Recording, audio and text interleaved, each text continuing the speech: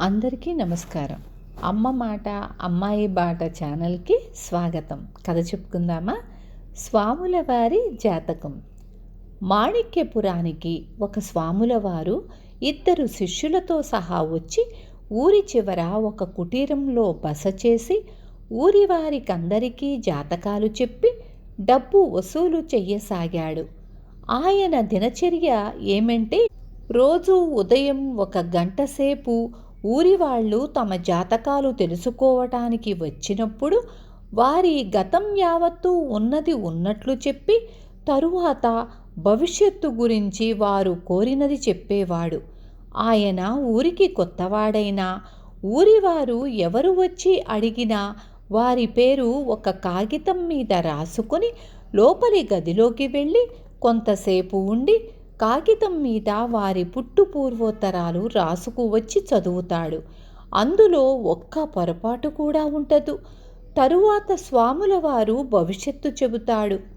ఊళ్ళో ఎవరి పేరు ఇచ్చినా స్వాముల వారు వారి గతం ఉన్నది ఉన్నట్లు చెప్పటంతో ఊరి వారందరికీ ఆయన మీద అమితమైన గురి కుదిరింది. జనం వేలం వెర్రిగా ఎగబడి స్వాముల వారు జాతకాలకు కేటాయించే గంటకాలంలో తమ జాతకాలు చెప్పించుకునేటందుకు ఆరాటపడ్డారు. ఈ స్వాముల వారి ఎత్తుగడలో ఏదో మోసం ఉన్నదని వినోదుడు అనే యువకుడికి అనుమానం కలిగింది. అతని అనుమానానికి కారణం లేకపోలేదు. స్వాముల వారు జాతకం అడిగిన మనిషి పేరు రాసుకుని లోపలికి పోతాడు. పోయినవాడు కొంతసేపటికి కానీ బయటకు రాడు. బయటికి వచ్చినవాడు జాతకుడి పూర్వ జీవితాంతం వివరాలు నోటితో చెప్పక కాగితం మీద రాసుకువచ్చి చదువుతాడు. స్వాముల వారు లోపలికి వెళ్ళేటప్పుడు ఒక శిష్యుడు ఆయనతో పాటు తాను కూడా లోపలికి పోతాడు. స్వాముల వారు లోపలికి పోయి వెంటనే రారు కదా, అంతసేపు లోపల ఏం చేస్తారు అని వినోదుడు రెండో శిష్యుణ్ణి అడిగాడు. వారు సమాధిలోకి వెళ్ళి జాతకుడి భూత భవిష్యత్తులు తెలుసుకుంటారు అన్నాడు శిష్యుడు. వినోదుడు తృప్తి పడలేదు. అతనికి ఇంకో సందేహం ఏమంటే, సన్యాసం పుచ్చుకున్నవాడు జాతకాలు చెప్పి డబ్బు ఎందుకు వసూలు చేస్తాడు? ఇంతకన్నా కూడా ముఖ్యమైన విషయం ఏమిటంటే, స్వాముల వారు జరగబోయేది చెబుతున్నాడు కదా, అది నిజం అవుతున్నదా? దాన్ని గురించి ఆరా తీసినవాడు లేడు. ఈ స్వాముల వారి జాతకం ఏమిటో నేను తేలుస్తాను అనుకున్నాడు వినోదుడు. ఊరు మాటు మణిగినాక అతను స్వాముల వారి కుటీరం సమీపంలో మాటు వేయనారంభించాడు. ఒక రాత్రి స్వాముల వారు తన శిష్యులతో, ఇక ఈ ఊళ్ళో దాదాపు అందరి జాతకాలు చెప్పినట్లే, అందుచేత మీరు తీరిక వేళలో పక్క ఊరిలో భిక్షాటనకు వెళ్ళి అందరి వివరాలు రాసుకురండి. వేషం జాగ్రత్తగా వెయ్యండి. మనం ఆ ఊరు వెళ్ళినప్పుడు మిమ్మల్నెవ్వరూ గుర్తుపట్టరాదు అనటం వినోదుడు విన్నాడు. స్వాముల వారి రహస్యం అనుకున్న దానికన్నా చాలా సులభంగా తెలిసిపోయింది. స్వాముల వారు పోదలుచుకున్న ఊరికి శిష్యులు ముందుగానే వెళ్ళి ఆ ఊరి వాళ్ళ వివరాలన్నీ చిట్టా రాసుకు వస్తారు. జాతకం అడిగిన వాడి పేరు రాసుకొని స్వాముల వారు ఒక శిష్యుడితో లోపలికి వెళ్ళి వాడి సహాయంతో జాతకుడి వివరాలు చిట్టా నుంచి ఎత్తి రాసుకొని బయటకు వచ్చి దాన్ని చదివి జాతకుడికి తనలో పూర్తిగా విశ్వాసం కలిగించుకొని నోటికి వచ్చిన భవిష్యత్తు చెప్పి పంపేస్తాడు. అది అబద్ధమని తెలియ లోపల స్వాముల వారు ఊరే దాటిపోవచ్చు. ఈ లోపల అది అబద్ధమైనా ఆ జాతకుడు స్వాముల వారికి విరుద్ధంగా ఎవరికీ చెప్పి తాను నవ్వుల పాలు కావటానికి సిద్ధపడడు. ఒకవేళ వాడు స్వాముల వారి మాట అబద్ధమని చెప్పినా ఎవ్వరూ నమ్మరు. అవి నోటి మాటలే కనుక జాతకం చెప్పించుకున్న వాడికి తప్ప ఎవరికీ జ్ఞాపకం ఉండవు.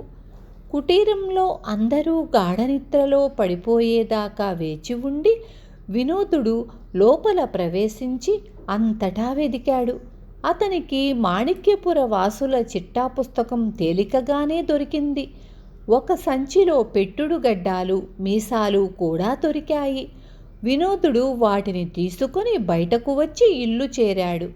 మర్నాడు వినోదుడు స్వాముల వారి వద్దకు పోయి తన జాతకం చెప్పవలసిందని కోరాడు. అతనిలాగే అడిగి మరి 3 పేర్లు కూడా కాగితం మీద రాసుకొని స్వాముల వారు కుటీరం లోపలికి వెళ్ళాడు.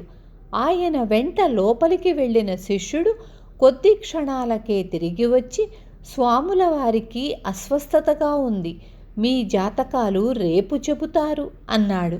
అయ్యయ్యో పాపం, ఇప్పుడు బాగానే ఉన్నారే, ఇంతలో ఏమయ్యింది, పదండ్రా చూద్దాం అని అందర్నీ కూడగట్టుకొని వినోదుడు కుటీరంలోకి జొరబడ్డాడు. ఒక్కసారిగా లోపలికి వచ్చిన జనసమూహాన్ని చూసి స్వాముల వారు కంగారుపడి, కొద్దిపాటి అస్వస్థత, మీ జాతకాలు రేపు చెబుతాను అన్నాడు. అదేం కుదరదు, ఇప్పుడే చెప్పాలి అన్నాడు వినోదుడు మొండిగా.